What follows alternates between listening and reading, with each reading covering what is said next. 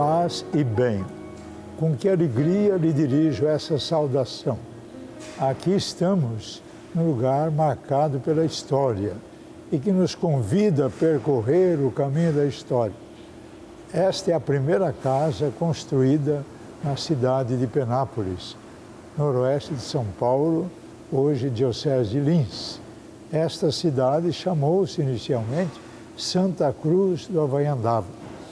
No dia 25 de outubro de 1908, Frei Bernardino, que veio lá de Trento, da província de Trento, era o superior, implantar a missão capuchinha no estado de São Paulo. Chegaram, creio eu, por volta de 1890. Ele trouxe para cá 3 frades, Frei Boaventura, Frei Sigismundo e Frei José. Primeira comunidade que habitou nesta casa. Aqui começou tudo na evangelização dessa região. Eu diria que a nossa paróquia em Penápolis, cuidada pelos capuchinhos, de alguma forma deve ser considerada a igreja mãe da antiga diocese de Cafelândia, hoje Lins. A diocese de Araçatuba era desmembrada.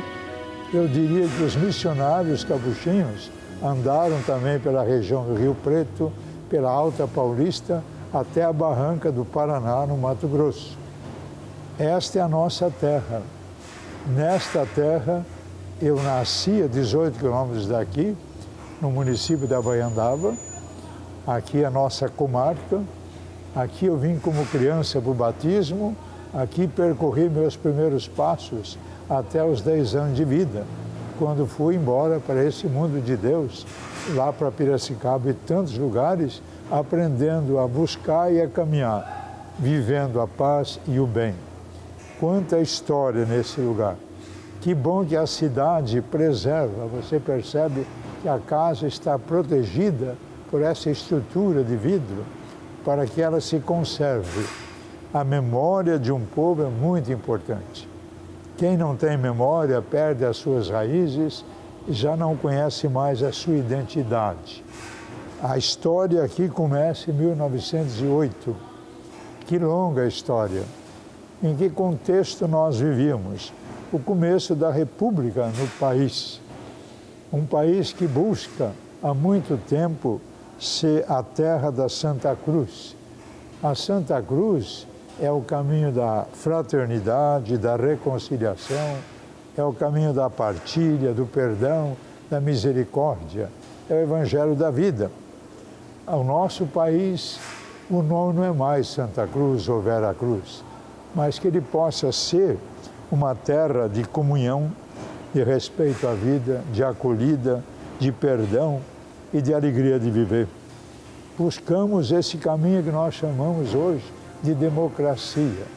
A democracia é uma sociedade organizada, baseada nas suas diferenças, para combater as desigualdades na sua Constituição, nas suas leis, e não só. A sociedade democrática, ela amanhece comprometida com a inclusão social, com o respeito à vida, com as fontes da vida, com a participação e a cidadania. É um ideal a ser percorrido, muito longo. Eu creio que no nosso país já tivemos avanços e recuos. O Estado brasileiro nunca foi constituído, como em outros lugares, pela formação de um povo que faz um pacto social. Esse pacto social é a sua Constituição e essa Constituição é traduzida em leis ordinárias que são regulamentadas para que cada criança que nasça nesse território, nesse país, possa crescer e se desenvolver com idade, graça e sabedoria. Longo caminho. Temos que aprender o caminho da democracia. É o respeito ao pluralismo e não aceitar a desigualdade. Nós vivemos hoje ainda no mundo e no Brasil uma terrível desigualdade.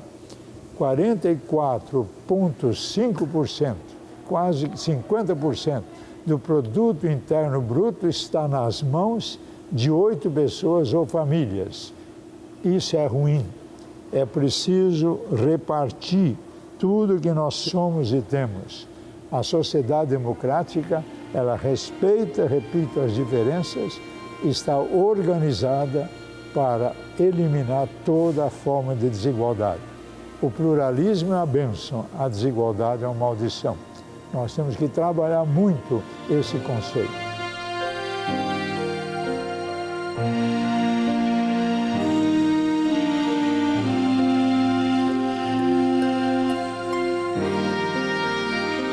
Nesse lugar histórico, eu quero lembrar esse caminho que nós percorremos. Na parte da igreja, a igreja na história do Brasil tem a sua caminhada, uma caminhada bonita e difícil ao mesmo tempo. Você imagina que a Igreja Católica é constitutivo dela ser apostólica, de ter seus bispos. Quando a República foi proclamada no Brasil, só havia 12 dioceses no Brasil e 3 bispos auxiliares. Nesse imenso território, só 15 bispos. De 1889 até agora, eu não sei hoje exatamente o número, mas entre bispos na ativa e os chamados eméritos como eu, nós somos cerca de 400 bispos. É um avanço significativo. O Papa Paulo VI dizia que o bispo tem que ser visto. O bispo tem que conhecer, tem que ver, tem que caminhar. Né? Participei de uma experiência muito bonita, pedida por Paulo VI na cidade de São Paulo, com o saudoso frade franciscano Dom Paulo Evaristo. Nós éramos 11 bispos, trabalhando junto naquela grande metrópole, trabalhando dentro do conceito da autonomia em comunhão. Eu acho 2 palavras preciosas. Cada comunidade deve ser autônoma, nunca independente, nunca isolada, nunca fechada. Na igreja, tudo é comunhão, interação. Esta cidade nós temos tantas comunidades. É preciso que, mesmo tendo crescido com 6 paróquias, a unidade da igreja seja visível e manifesta. Nenhum padre é dono do seu espaço. Nós somos todos pastores do pastor. É nele, com ele e por ele que nós agimos. Nenhum padre é dono de seu pedaço. A igreja não é uma concessão de feudos, é uma distribuição de dons e de serviços. Os serviços na igreja são chamados de ministérios. Que palavra bonita! Jesus é o grande servidor.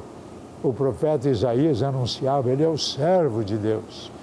Aquele que se despoja de tudo que o mundo mais deseja, que é prestígio e poder, e se transforma em alguém como nós, criança, precisa ser acolhida e crescer em idade, graça e sabedoria. Jesus é o servo de Deus. A igreja deve ser a servidora de Cristo. E na igreja, todos nós que somos ministros, devemos entender que nós somos servidores do pastor. É nele, com ele e por ele que nós cuidamos da igreja. É nele, por ele e com ele que nós ajudamos a igreja a segui-lo, ele é a palavra de Deus. Nesse processo permanente de formação na fé, que é a catequese nas nossas comunidades. Com Cristo, nós aprendemos a ser gente. Como é importante a história. Aqui neste lugar, em 1908, nós começamos uma grande caminhada. Na missa dos 100 anos da nossa paróquia, nós estávamos presentes, vários padres aqui, inclusive 3 bispos, o saudoso Frei João, que foi bispo de Paranaguá, Dom Vartan, que é o bispo dos armênios, e eu, 3 bispos batizados nesta paróquia. E a mim coube fazer a homilia. Dom João presidiu a celebração como capuchinho. Eu dizia, começa agora um tempo de nova evangelização nessa região. Nós fomos os primeiros evangelizadores da região. Uma região que eu quero voltar a conversar sobre ela, em que predominava o cerrado, uma região bonita, cheia de vida. Hoje a evangelização tem que ser de reconciliação, de reencontro com as comunidades primitivas, com o bioma que nós estávamos vivendo. Que beleza contemplar a história. Lembro, em 1908, o Papa era Pio X, Papa Sarto, o São Pio X, aquele que disse que a Eucaristia é fonte de vida. As crianças foram chamadas a participar da Eucaristia. A Eucaristia faz a igreja faz a Eucaristia. O Papa que convida a gente a entender que igreja é comunhão. A igreja não é nada a ver a algo saudoso do passado. É o presente de Deus na história, contemplando a dimensão plena da vida, quando o dia de Deus acontecer em plenitude. Paz e bem. É a mensagem que irradiou deste lugar desde 1908. Tantos anos, mais de um século, que a evangelização, o Papa Francisco pede, seja nova, que a gente seja uma igreja em saída, alegre, comunicadora de vida. Viva a vida! É por isso que Jesus veio. Servir a vida, cuidar de vida, é a grande missão, ter alegria de viver. Paz e bem.